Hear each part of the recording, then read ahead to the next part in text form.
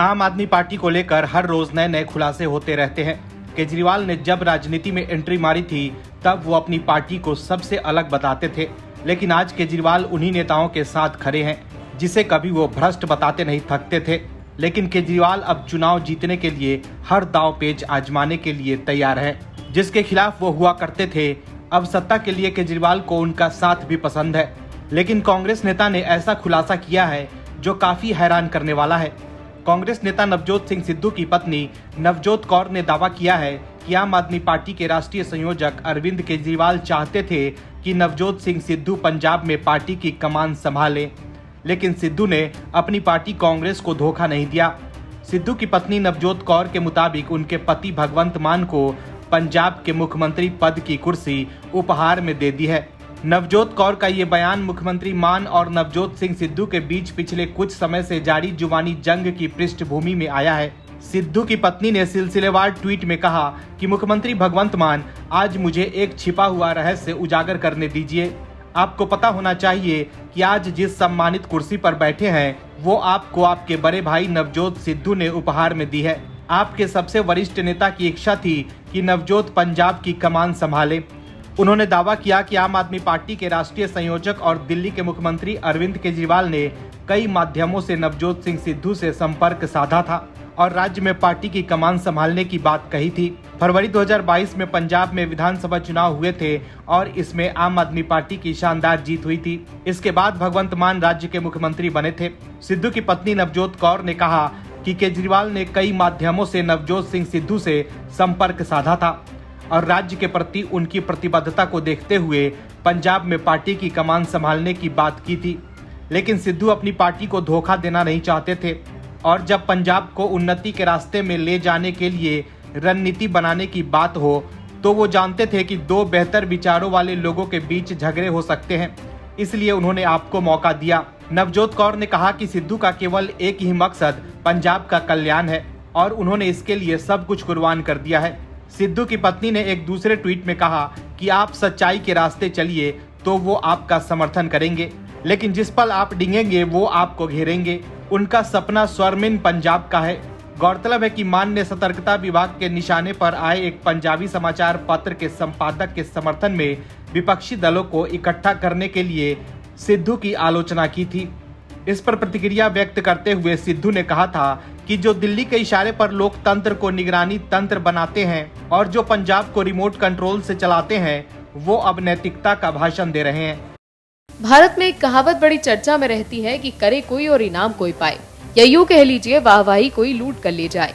ऐसा ही कुछ आम आदमी पार्टी भी आजकल पंजाब में कर रही है। केंद्र के कामों पर आम आदमी पार्टी का लेबल लगाकर आत्ममुग्ध हो गई है। ये दावा केंद्र सरकार कर रही है और केजरीवाल की आम आदमी पार्टी की पोल खोल रही है। पंजाब की मान सरकार को निशाने पर लेते हुए केंद्रीय स्वास्थ्य मंत्री ने आम आदमी पार्टी की कलई खोल दी। क्या कुछ कहा उन्होंने, बताते हैं आपको। केंद्रीय स्वास्थ्य मंत्री मनसुख मांडविया ने पंजाब में आम आदमी पार्टी सरकार पर स्वास्थ्य के मामले में राजनीति करने का आरोप लगाया। मांडविया ने कहा कि केंद्र के आयुष्मान भारत आरोग्य केंद्रों को राज्य सरकार किसी अन्य योजना में नहीं बदल सकती। केंद्रीय स्वास्थ्य मंत्रालय ने इससे पहले फरवरी में कहा था कि पंजाब सरकार केंद्र के आयुष्मान भारत स्वास्थ्य और आरोग्य केंद्रों को आम आदमी पार्टी की महत्वपूर्ण परियोजना मोहल्ला क्लिनिक में परिवर्तित कर रही है। मंत्रालय ने राज्य के लिए इससे संबंधित कोष रोकने की चेतावनी भी दी थी। आयुष्मान भारत स्वास्थ्य और आरोग्य केंद्र योजना में केंद्र और राज्य की हिस्सेदारी का अनुपात क्रमशः 60 और 40 का है।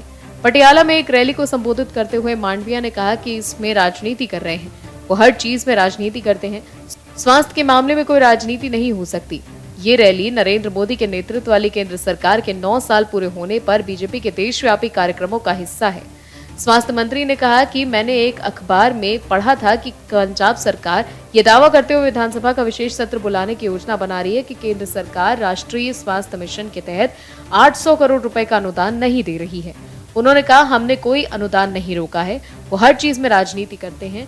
हम कह रहे हैं कि स्वास्थ्य के मामले में राजनीति नहीं हो सकती। उन्होंने कहा कि आम आदमी पार्टी सरकार इस मुद्दे पर झूठ और भ्रामक सूचना फैला रही है। केंद्रीय स्वास्थ्य मंत्री मनसुख मांडविया ने आगे कहा कि आम आदमी पार्टी अब 2 दिन का सत्र बुलाकर पूछेगी कि केंद्र ने अनुदान क्यों रोका है।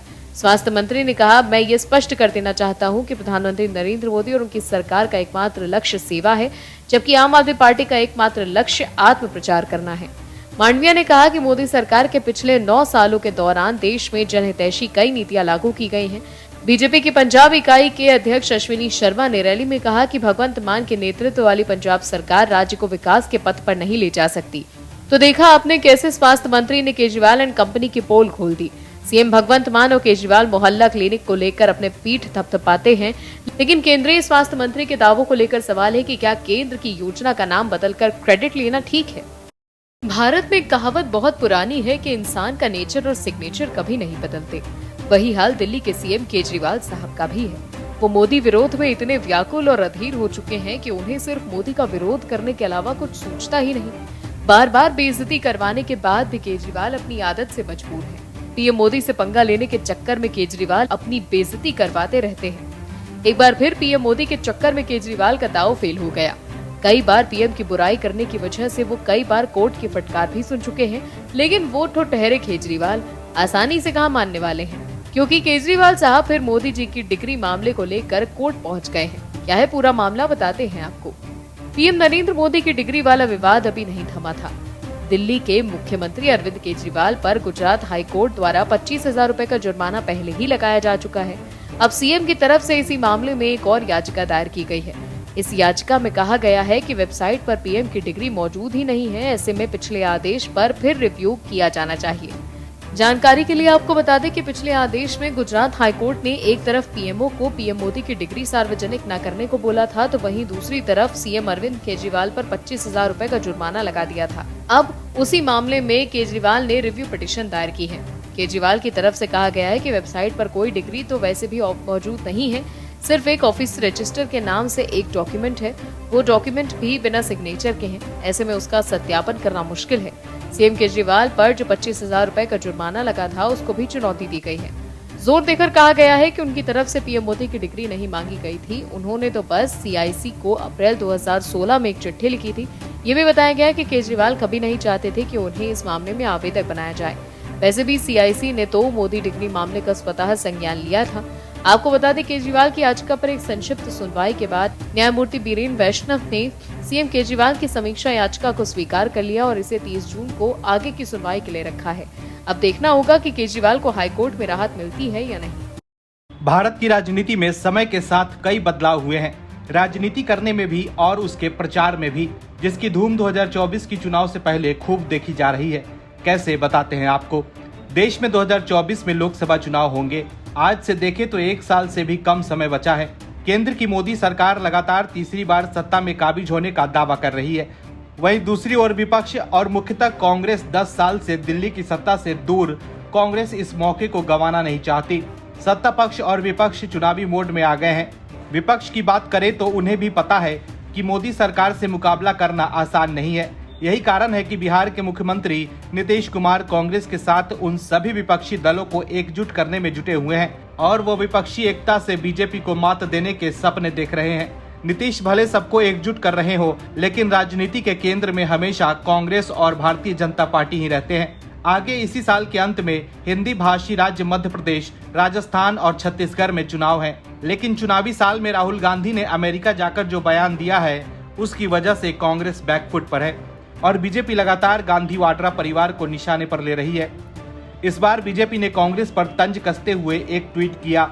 इस ट्वीट में तस्वीर लगाकर लिखा गया, वो 4 लोग। इस तस्वीर में कांग्रेस की पूर्व अध्यक्ष सोनिया गांधी, पार्टी महासचिव प्रियंका गांधी, उनके पति रॉबर्ट वाड्रा और खुद राहुल गांधी हैं।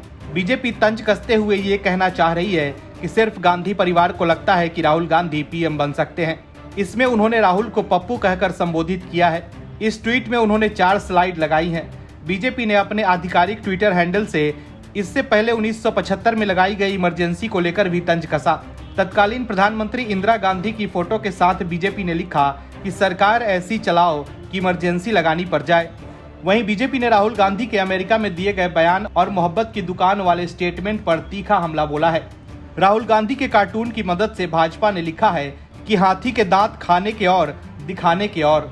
वहीं केंद्रीय गृह मंत्री अमित शाह ने भी राहुल गांधी पर निशाना साधते हुए कहा कि विदेश में अपने देश की आलोचना करना किसी नेता को शोभा नहीं देता है।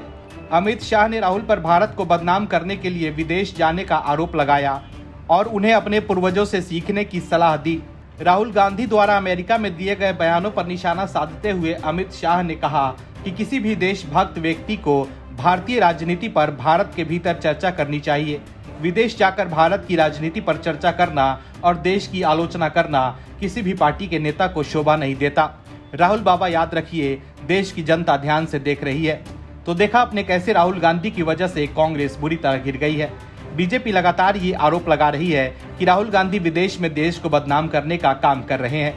Bureau report, OMH news. और भी वीडियोस देखने के लिए चैनल को सब्सक्राइब करें और बेल आइकन को दबाएं।